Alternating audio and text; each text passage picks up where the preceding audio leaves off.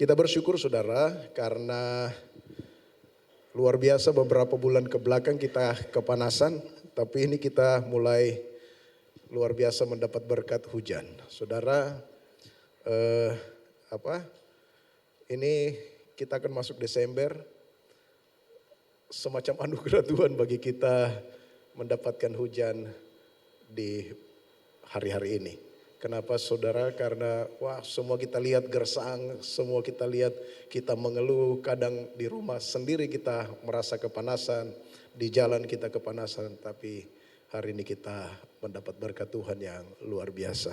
Kita tetap mengucap syukur dalam segala musim kita. Hari ini mari kita bersama-sama merenungkan kebenaran firman Tuhan. Saya masih tetap melanjutkan pembahasan kebenaran firman Tuhan dalam 1 Yohanes pasal yang keempat.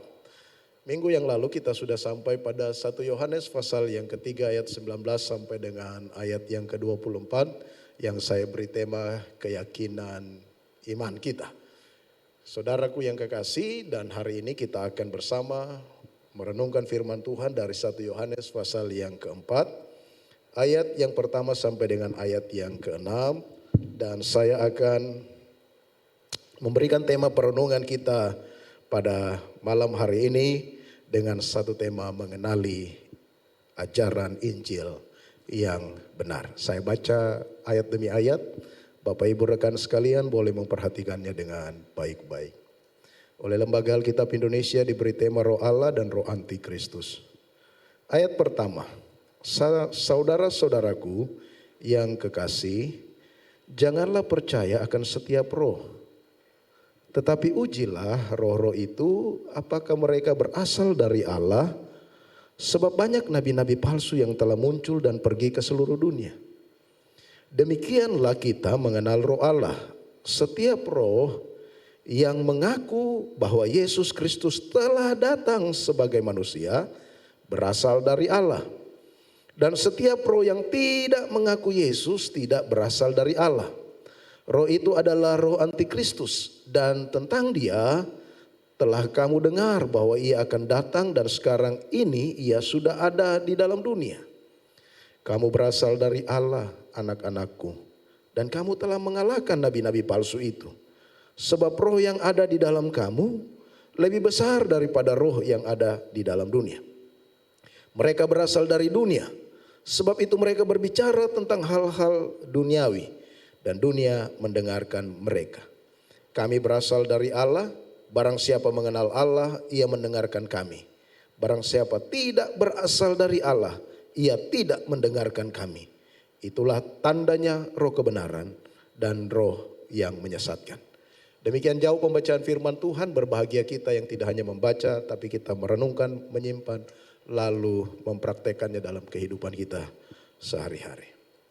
Baru-baru ini di negara kita ada 2 event besar yang sedang dan sampai dengan hari ini masih berlangsung. Event yang masih berlangsung itu Piala Dunia U17 dan sekarang sudah memasuki semifinal. Saya tetap fans di Argentina untuk dapat memenangkan Piala Dunia ini. Lalu ada event entertain yang juga bersamaan dengan acara ini tapi sudah selesai. Saya lupa tanggal belasan yang kemarin. Itu konser Coldplay saya tidak tahu menyebutkannya. Tapi itu adalah sebuah konser yang luar biasa.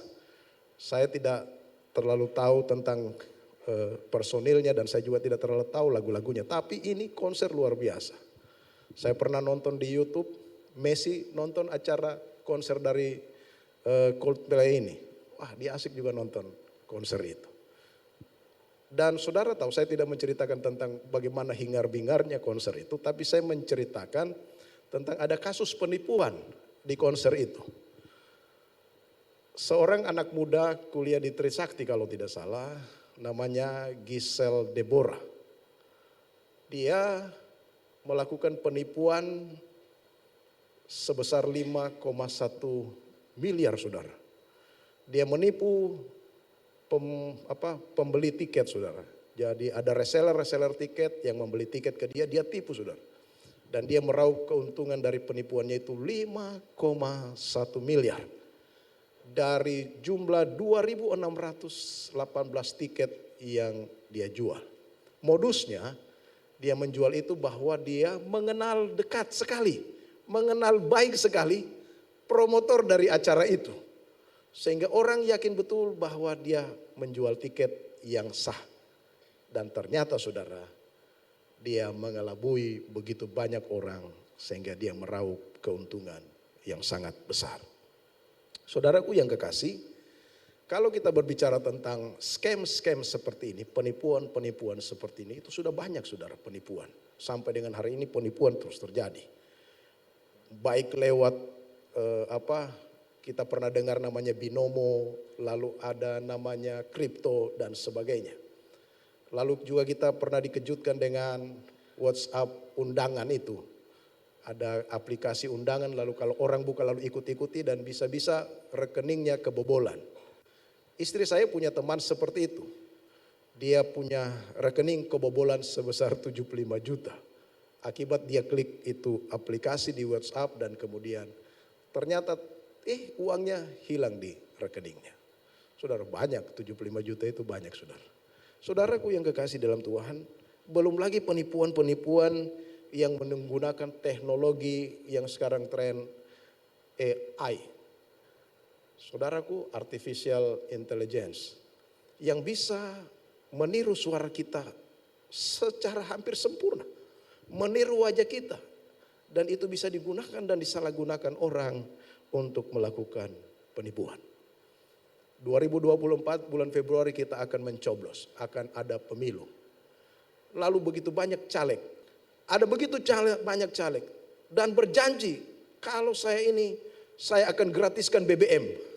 Ada kan wapres yang heboh sekarang, kalau tidak salah dia wapres nomor 1 itu. Dia bilang, saya akan gratiskan BBM. Wah, bagaimana caranya bisa digratiskan BBM? Pengguna BBM itu berjuta-juta orang. Saudaraku yang kekasih, begitu banyak caleg, begitu selesai dan dia terpilih, dia menipu orang. Saya beberapa caleg undang saudara ngopi bareng. Ada yang dari Partai Hanura, ada yang dari Partai PSI, ada yang Partai Demokrat. Lalu bercerita visi misi mereka. Saya iya saja. Yang pokok nanti kalau jadi betul-betul dia laksanakan, tidak janjinya itu. Saudaraku, penipuan-penipuan ini bukan hanya terjadi dalam keseharian kita. Tetapi dalam kehidupan rohani juga sering terjadi penipuan-penipuan saudara. Saudara, dalam zaman Rasul Yohanes, ketika Yohanes menulis ini saudara, bukan cuma zaman Rasul Yohanes, para rasul pada waktu itu. Kalau saudara baca Paulus bicara tentang banyaknya anti-kristus, nabi-nabi palsu. Kalau saudara baca Petrus, kitab Petrus juga di sana diceritakan waspada terhadap Timotius. Demikian saudara, ada begitu banyak nabi-nabi palsu. Ini sekarang perang Ukraina dan Rusia, lalu ada perang Palestina, Hamas dan Israel. Eskalasi perang itu akan terus meningkat mendekati akhir zaman.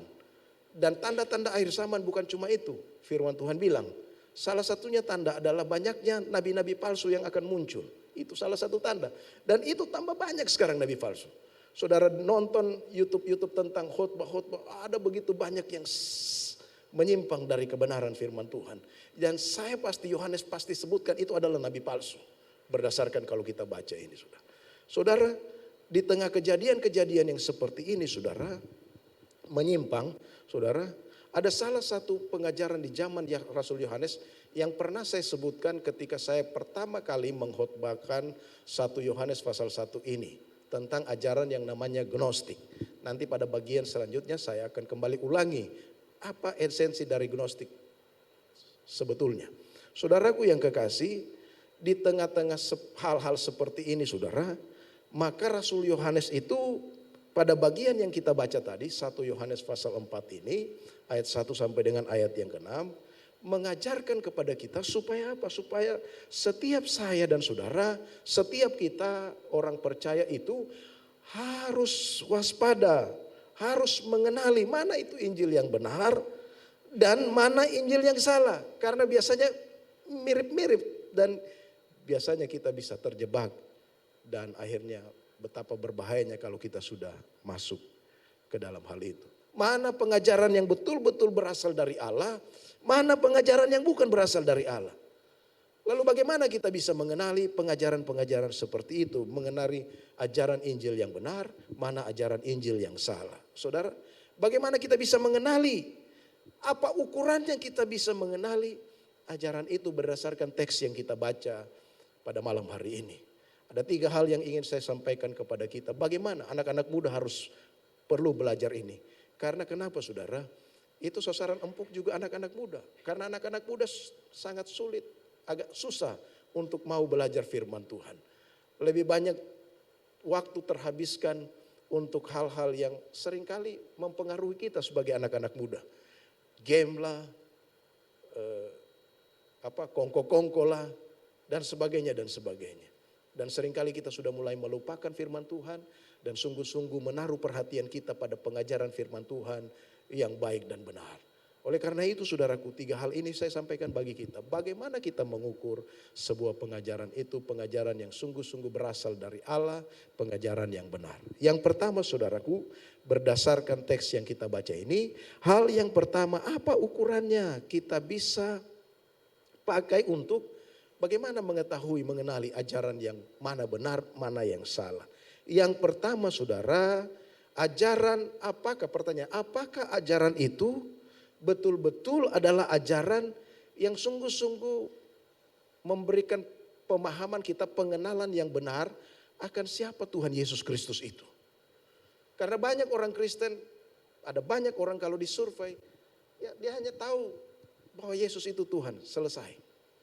Saudara-saudaraku yang kekasih di dalam Tuhan, kita perlu belajar dan mengenal siapa Tuhan Yesus Kristus ini dengan sungguh-sungguh sehingga kita mengetahui manakah pengajaran yang benar, mana yang salah. Saudara coba perhatikan ayat yang pertama. Ayat yang pertama dibilang begini saudara. Saudara-saudaraku yang kekasih, janganlah percaya akan setiap roh, tetapi ujilah roh-roh itu apakah mereka berasal dari Allah, sebab banyak nabi-nabi palsu yang telah muncul dan pergi ke seluruh dunia. Kalau kita perhatikan pada ayat yang pertama ini, kita menemukan di sana ada kata roh saudara, setiap roh. Saya coba cari di Google saudara dan saya coba klik satu tafsiran, satu eksposisi dari seorang teolog di Indonesia yang kalau saudara ikuti juga dia sering berdebat.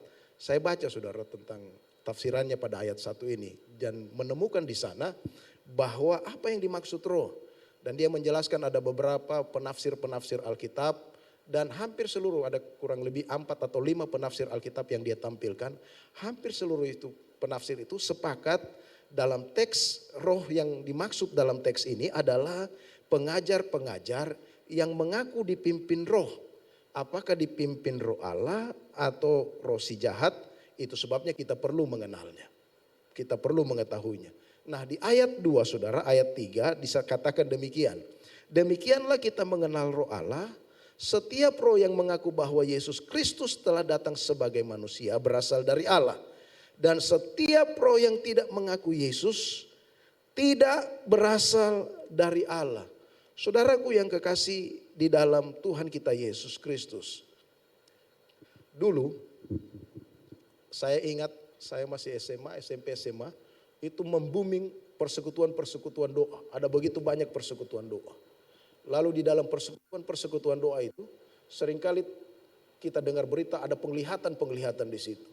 Tapi ternyata penglihatan-penglihatan yang mereka lihat itu ternyata tidak benar saudara. Saudara, roh jahat seringkali melakukan penyamaran seperti itu saudara. Tapi saudaraku yang kekasih, bukan hanya dalam bentuk-bentuk seperti itu yang hal-hal yang spektakuler dia menyamar.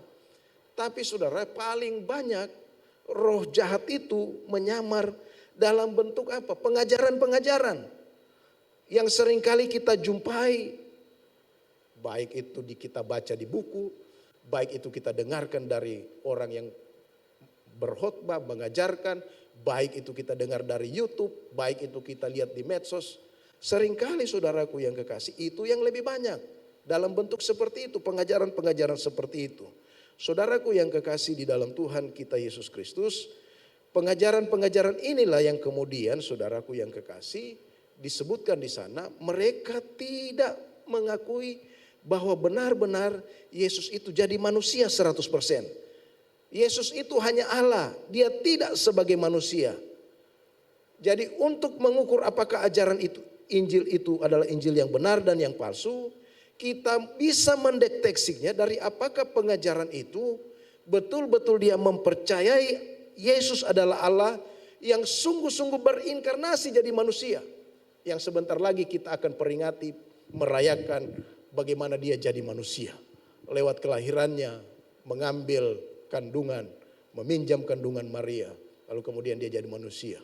Dia yang adalah Allah, makanya Desember kita akan merayakan Natal dalam sebuah tema besar. Kemuliaan bagi Allah di tempat maha tinggi. Memang segala kemuliaan hanya bagi dia. Dia adalah kemuliaan yang mutlak, kemuliaan bagi Allah. Dan kita manusia yang berdosa, berseteru dengan Allah yang betapa mulia itu. Tapi oleh karena kasih-Nya yang besar, dia datang ke dunia untuk mendamaikan saya dan saudara, mendamaikan kita dengan Allah. Kemuliaan bagi Allah di tempat maha tinggi dan damai sejahtera di bumi. Saudaraku yang kekasih di dalam Tuhan kita Yesus Kristus. Peristiwa yang kita baca di 1 Yohanes ini, rupanya saudara yang saya bilang tadi, ada ajaran yang percaya, ajaran gnostik itu, dia percaya bahwa tubuh jasmani ini, saya berulang-ulang sampaikan dalam ketika saya menyampaikan tentang kitab 1 Yohanes ini. Ajaran gnostik ini percaya bahwa tubuh ini jahat, sementara roh itu baik. Makanya tidak mungkin Yesus yang adalah Allah itu, yang baik itu, memakai tubuh manusia yang berdosa ini. Sehingga mereka tidak percaya bahwa Yesus itu benar-benar jadi manusia. Inilah yang kemudian Yohanes tentang bahwa siapa yang tidak mengakui bahwa Yesus itu manusia sejati adalah Allah yang jadi manusia sejati, dia tidak berasal dari Allah. Saudara, itu sebabnya saudara, saya sangat tidak, semacam tidak enak lah kalau ada gereja yang tidak merayakan Natal. Ada kan gereja-gereja tertentu pikir, untuk apa merayakan Natal? Oh, perayaan Natal itu kan bagian dari penyembahan berhala. Oh, Yesus tidak benar-benar lahir tanggal 25. Entahlah apa alasan mereka tidak merayakan Natal, tapi merayakan Natal itu penting bagi kita. Kenapa penting? Karena kita memperingati bagaimana dia jadi manusia 100%. Dia datang kepada kita oleh karena kasih-Nya yang besar. Saudara-saudaraku, dia adalah Allah yang jadi manusia. Itulah yang dipegang oleh Rasul Yohanes. Itu sebabnya sangat-sangat penting saya, saudara-saudara, kita semua sekalian, sangat-sangat penting kita percaya bahwa Yesus itu Allah Tuhan dan dia datang jadi manusia melalui peristiwa Natal. Saudara-saudara, ada pertanyaan begini saudara. Mengapa dia Yesus harus datang sebagai manusia yang sejati dan manusia sejati yang benar? Saya ulang pertanyaan ini. Mengapa dia Yesus harus datang sebagai manusia sejati dan manusia sejati yang benar? Jawabannya, karena keadilan Allah menuntut supaya pembayaran utang dosa dilakukan oleh kodrat manusia yang telah berdosa. Ini menunjukkan bahwa yang berdosa adalah manusia. Karena manusia sudah berdosa maka dia harus dihukum, mendapat murka Allah. Karena manusia yang berdosa harus dihukum, mendapat murka Allah. Saudara-saudara, maka Yesus harus datang sebagai manusia. Dan Yesus itu sungguh-sungguh manusia. Manusia yang berdosa itu tidak sanggup melakukan pembayaran untuk dosa orang lain. Kalau dia sendiri adalah orang yang berdosa. Itu sebabnya Yesus adalah Allah yang jadi manusia yang tidak berdosa sama sekali. Saudaraku yang kekasih, pengajaran ini penting bagi saya dan saudara. Penting kita tekankan. Kenapa? Karena ini penting sebagai dasar fondasi iman Kristen kita. Saudara, itu sebabnya Rasul Yohanes tidak menerima dan menentang pengajaran gnostik ini. Lalu Yohanes berkata, Yesus, dia menjadi manusia yang sejati. Orang yang tidak percaya Yesus menjadi manusia yang sejati adalah antikristus. Berdasarkan yang kita baca di ayat yang kedua ini. Saudara, ada juga pertanyaan begini. Mengapa dia Yesus yang kita percaya sebagai manusia sejati harus juga sebagai Allah yang sejati? Kenapa? Supaya dengan kuasa Allah, kealahannya, dia dapat menanggung beban murka Allah atas kemanusiaannya. Saya ulang bacakan. Supaya kuasa kealahannya, dia dapat menanggung beban murka Allah atas kemanusiaannya. Kristus Yesus bukan hanya menanggung murka Allah untuk 1-2 orang saja. Tidak, saudara. Tapi dia menanggung begitu banyak orang-orang pilihannya. Itu sebabnya dia Yesus manusia sejati. Dan dia juga adalah Allah yang sejati. Saudara, dengan kealahannya Yesus menanggung murka Allah. Bukan hanya dia menanggung murka Allah atas kemanusiaannya. Tetapi saudaraku yang kekasih, kita dapat memperoleh kebenaran dan kehidupan dan memulihkan kita orang percaya kepadanya. Kita dipulihkan, ada damai sejahtera. Saudaraku yang kekasih, jadi mengenali ajaran benar atau salah yang utama adalah tentang pribadi Yesus. Pribadi kedua dari Allah Tritunggal. Tentang diri Yesus yang adalah Allah jadi manusia. Kalau saudara tidak percaya dia pernah jadi manusia, maka kitab Yohanes dan Yohanes bilang, kamu adalah anti-Kristus.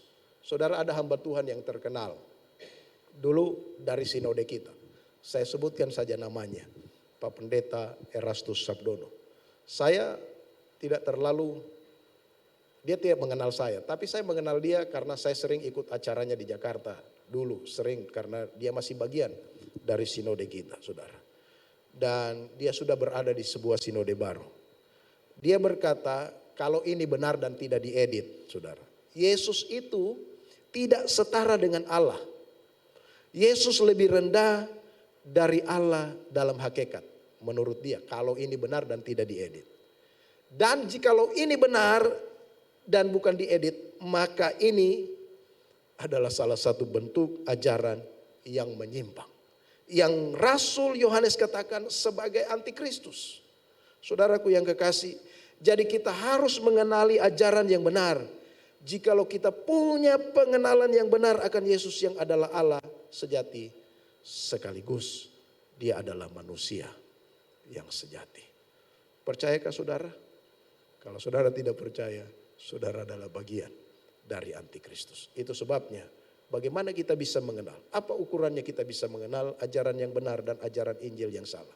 Yang pertama, apakah kita punya pengenalan yang benar tentang Yesus Kristus itu.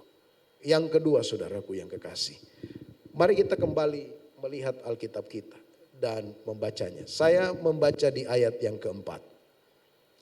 Kamu berasal dari Allah, anak-anakku, dan kamu telah mengalahkan nabi-nabi palsu itu. Sebab roh yang ada di dalam kamu lebih besar daripada roh yang ada di dalam dunia ini. Yang kedua, ukuran yang bisa kita gunakan untuk mengenal ajaran yang benar dan yang tidak benar adalah kehadiran Roh Kudus. Saudaraku yang kekasih di dalam Tuhan Yesus Kristus. Coba kita perhatikan di ayat 4 ini ada kalimat, kamu telah mengalahkan nabi-nabi palsu itu. Saudaraku yang kekasih, apa maksudnya dari kalimat itu? Maksudnya begini saudara, kamu tidak dapat disesatkan oleh nabi-nabi palsu itu. Dan kamu tetap dapat mempercayai pengajaran yang benar. Kenapa bisa kita dapat mempercayai pengajaran yang benar dan kita tidak bisa disesatkan? Kenapa? Karena menurut Rasul Yohanes ini, bahwa karena ada Roh Kudus yang ada di dalam kamu. Sebab roh yang ada di dalam kamu, menurut Yohanes ini, lebih besar dari roh yang ada di dalam dunia. Ada amin? Roh yang ada di dalam kita lebih besar daripada roh yang ada di dalam dunia. Itu sebabnya kalau sampai dengan hari ini kita tidak disesatkan. Sampai dengan hari ini kita masih sungguh-sungguh kepada Kristus yang benar. Itu karena ada karya Roh Kudus di dalam diri saudara dan saya. Saudaraku yang kekasih di dalam Tuhan. Kemarin Pak Johan itu khotbah di ibadah doa puasa. Lalu dia menceritakan tentang pengalamannya berjumpa dengan seorang anak tamborin di tempat ini. Seusia mereka ini waktu dia tamborin di sini. Orang setia juga melayani. Setia ikut ibadah juga. Saya perhatikan dan saya juga kenal baik anak itu.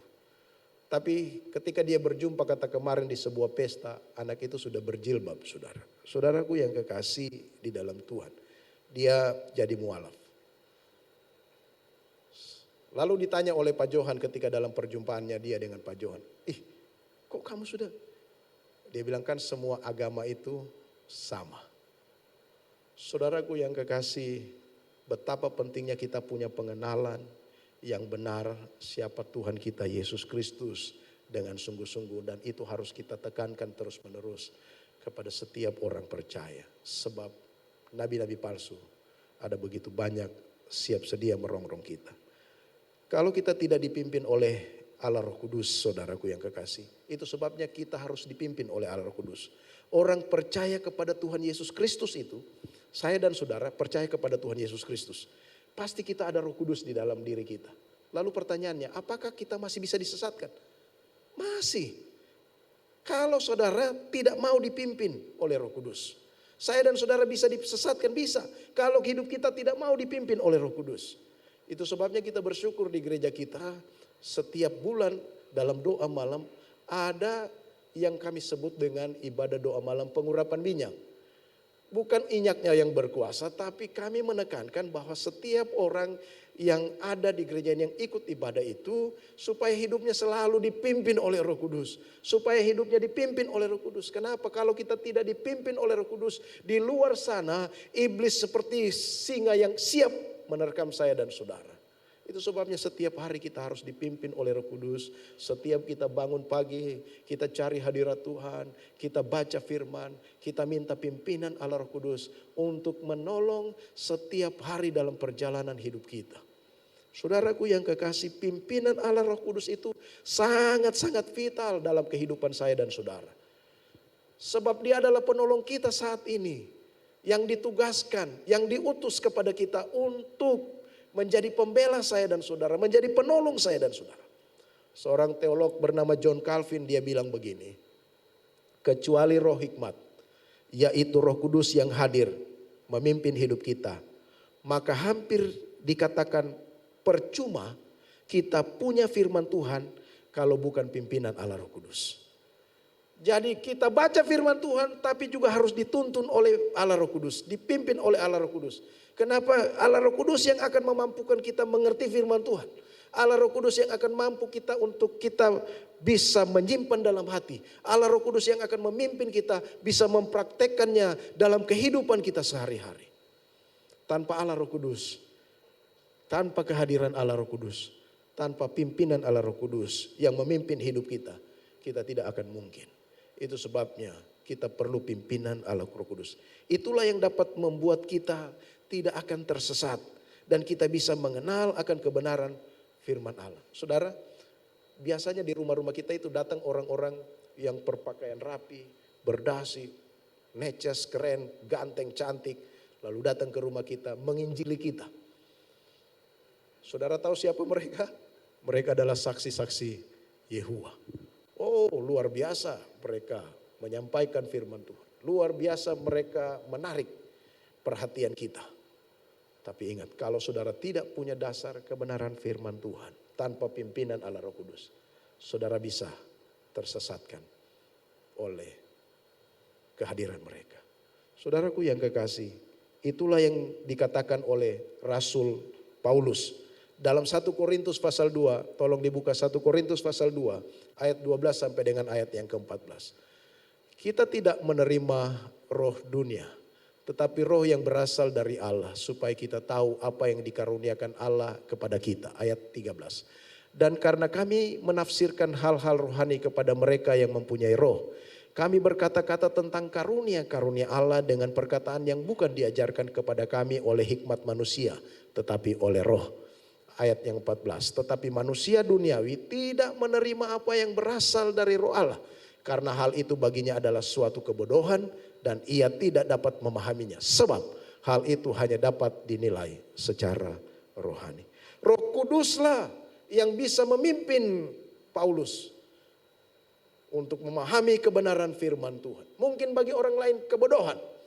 Tapi orang yang dipimpin Allah Roh Kudus seperti yang Paulus sampaikan, dia akan hidupnya menjadi hidup yang memuliakan nama Tuhan. Roh Kuduslah yang membuat kita memahami kebenaran firman Tuhan. Roh Kudus yang akan membuat kita bisa memahami kehendak Tuhan dalam hidup saya dan saudara. Apa kehendak Tuhan bagi kita? Saudara, kita bisa, saudaraku yang kekasih, dapat mendengarkan khotbah-khotbah seperti saya sampaikan hari ini. Saudara mungkin dalam persekutuan-persekutuan, di sekolah-sekolah saudara, di kampus-kampus saudara, akan ada begitu banyak orang yang akan mengajarkan firman Tuhan kepada saudara. Saudara akan mendengarkan mereka, saudara akan menyimpan itu di dalam hati, bahkan saudara akan menerapkannya. Tapi kalau tidak ada pimpinan Allah Roh Kudus yang akan memimpin saudara, bisa jadi apa yang saudara dengarkan itu hal-hal yang tidak benar, lalu saudara terima. Itu sebabnya betapa pentingnya kita dipimpin oleh Allah Roh Kudus. Kalau kita dipimpin oleh Allah Roh Kudus, kita akan menerima kebenaran firman Tuhan itu dengan baik. Kita bisa memilah mana kebenaran firman Tuhan yang sungguh-sungguh benar firman Tuhan. Dan kita pun dimampukan untuk menerapkannya dalam kehidupan kita sehari-hari.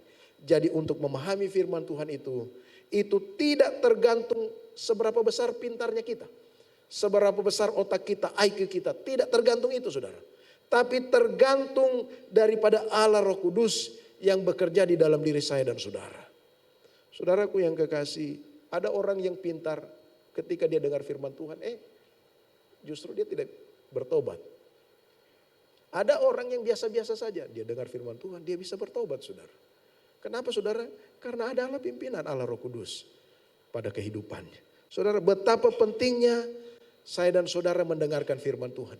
Berulang-ulang kali beberapa minggu ini kita mendengarkan tentang betapa pentingnya kita mendengarkan firman Tuhan. Betapa pentingnya kita bersandar pada Allah Roh Kudus. Sehingga apa? Sehingga kita dapat bisa lebih dalam dan mampu kita mentaati kebenaran firman Tuhan. Itu yang kedua. Yang ketiga dan yang terakhir. Apa ukurannya kita bisa mengenal pengajaran yang benar dan mana pengajaran yang salah? Yang ketiga, apakah pengajaran itu adalah pengajaran yang sama yang diajarkan oleh para rasul? Sekali lagi, apakah pengajaran itu adalah pengajaran yang sama yang diajarkan oleh para rasul? Coba perhatikan ayat yang ke-6. Ayat 6 bilang begini. Kami berasal dari Allah. Barang siapa mengenal Allah, ia mendengarkan kami. Barang siapa berasal dari Allah, ia mendengarkan kami. Apa yang dimaksud kata kami oleh Yohanes? Tentunya pribadi Yohanes sendiri. Dan kami itu berbicara tentang para rasul yang lain. Yang dimaksud Yohanes ini adalah para rasul. Jadi untuk tahu bahwa pengajaran itu benar, yang berasal dari Allah, betul-betul pengajaran yang benar, apakah pengajaran itu sesuai atau sama dengan yang diajarkan oleh para rasul dalam Alkitab yang kita baca. Kalau tidak sama, jangan percaya. Saudaraku yang kekasih di dalam Tuhan.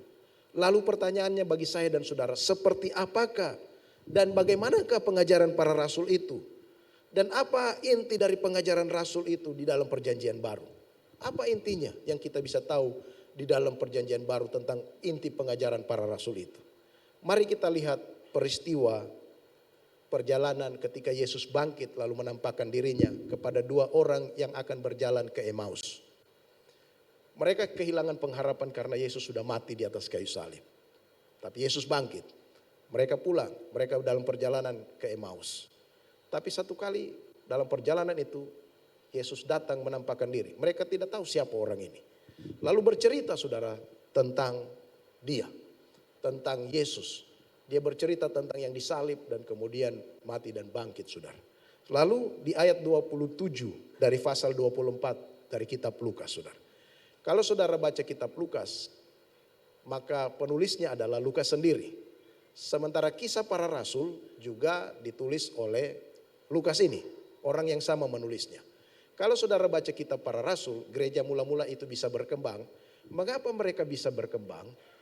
Karena salah satunya mereka berkumpul dan dituntun dalam pengajaran rasul-rasul. Coba nanti saudara lihat di kisah para rasul pasal yang kedua ayat 42. Mereka adalah gereja yang sehat, gereja yang baik, gereja yang bertumbuh bagus. Karena mereka didengarkan pengajaran rasul-rasul. Mereka mendengarkan apa yang diajarkan oleh rasul-rasul kepada mereka. Nah di ayat 24 dari Lukas pasal yang ke-27. Coba baca, bukakan. Di sana dikatakan begini. Lalu ia menjelaskan kepada mereka apa yang tertulis tentang dia dalam seluruh kitab suci. Mulai dari kitab Musa dan segala kitab nabi-nabi. Jadi ketika Kleopas dan temannya ini saudaraku yang kekasih. Waktu dijelaskan begitu, dia ngeh. Ternyata Tuhan Yesus ini, Tuhan yang bersama-sama dengan kita. Tapi lalu Tuhan Yesus menghilang. Dan kemudian mereka pulang kembali ke Yerusalem. Lalu menceritakan peristiwa ini dengan murid-muridnya. Dan kemudian Tuhan Yesus menampakkan diri lagi kepada murid-muridnya. Ke-11 muridnya. Lalu dia bercerita tentang seperti yang dia sampaikan juga kepada Kleopas ini. Saudara, tentang Yesus yang bangkit. Saudaraku yang kekasih di dalam Tuhan. Dia mengulangi apa yang diajarkan oleh seluruh perjanjian lama. Yaitu semuanya berbicara tentang Yesus yang mati dan Yesus yang bangkit. Lalu saudaraku yang kekasih, kalau saudara baca di ayat 48 dan ayat 49. Yesus berkata, kamu murid-muridku ini. Kamu akan jadi saksiku. Saksiku tentang semuanya ini. Tentang kelahirannya, kematiannya, dan kebangkitannya. Saudaraku yang kekasih, saudara ingat ketika peristiwa pencurahan Roh Kudus, murid-murid dicurahkan oleh Roh Kudus, lalu kemudian Petrus berkhotbah. Lalu dia menceritakan mulai dari perjanjian lama sampai dengan kematian, kebangkitan Yesus. Itulah yang kemudian diajarkan rasul-rasul sebagai pengajaran kepada orang pada waktu itu. Saudaraku yang kekasih, jadi pengajaran rasul-rasul itu intinya tentang Yesus yang lahir, yang mati dan yang bangkit, yang naik ke surga. Pendeknya Yesus dan karya keselamatannya. Tapi banyak orang hari-hari ini seringkali melupakan tentang itu. Ada begitu banyak orang terlalu terlena untuk mengkhotbahkan hal-hal motivasi. Hal-hal yang berkaitan dengan kesalehan hidup. Dan lupa tentang siapa Yesus itu disampaikan. Betapa pentingnya kita Kristus sentral. Kita mengajarkan tentang Yesus adalah pusat dari segalanya. Saudaraku yang kekasih, itu sebabnya kalau saudara baca dalam pengakuan iman rasuli. Dalam pengakuan iman rasuli dikatakan begini. Aku percaya kepada Allah, Bapa yang Maha Kuasa, Khalik langit dan bumi. Itu satu bait hanya berbicara tentang Allah Bapa. Lalu bait berikutnya ada beberapa bait itu berbicara tentang Yesus. Disebutkan di sana, dan kepada Yesus Kristus anaknya yang tunggal, Tuhan kita, yang dikandung dari Roh Kudus, lahir dari anak darah Maria, yang menderita sengsara di bawah pemerintahan Pontius Pilatus, dikuburkan, disalibkan, mati, dikuburkan, turun ke dalam kerajaan maut. Pada hari yang ketiga bangkit pula dari antara orang mati, naik ke surga, duduk sebelah kanan Allah, Bapa yang Maha Kuasa, dan dari sana ia akan menghakimi orang yang hidup dan yang mati. Lalu kemudian ada satu bait berbicara tentang Allah Roh Kudus. Aku percaya kepada Roh Kudus. Satu bait berbicara Allah Bapa, satu bait berbicara Allah Roh Kudus. Tapi begitu banyak bait berbicara tentang Yesus Kristus. Saudara, dalam pengakuan iman rasul ini disebutkan Allah Bapa hanya satu kalimat. Satu kalimat disebutkan tentang Allah Roh Kudus. Ini bukan berarti pengakuan ini berat sebelah, tetapi untuk mengetahui dan mengenal Allah Bapa, untuk mengetahui dan mengenal Roh Kudus, fokusnya ada pada Yesus Kristus. Saudara, Yesus Kristus adalah pusatnya. Itulah yang kemudian diajarkan oleh para rasul.